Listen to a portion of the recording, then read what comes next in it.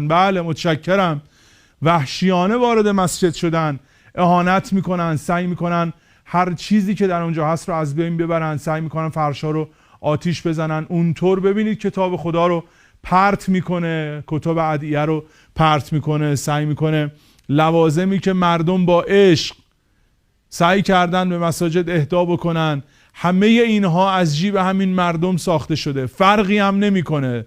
میخواد مسجد باشه مثل مسجد ابوذر که دارید میبینید، داروخونه باشه، ساختمان اداری باشه، شهرداری باشه، آمبولانس باشه، آتش نشانی باشه، اینها فقط بلدن نابود کنن. صحنه هایی که ما فقط از داعش دیدیم. ببینید داعش در ورژن 2026 رو، ببینید داعش در ورژن 1404 رو چطور فقط بلده ویران کنه. این اگر دستش به ناموس مردم برسه چه کار میکنه؟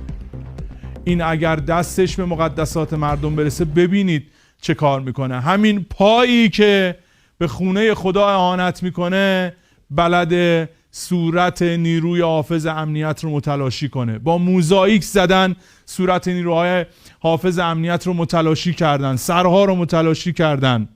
دستی که اینجوری کتاب خدا رو پرت میکنه فقط از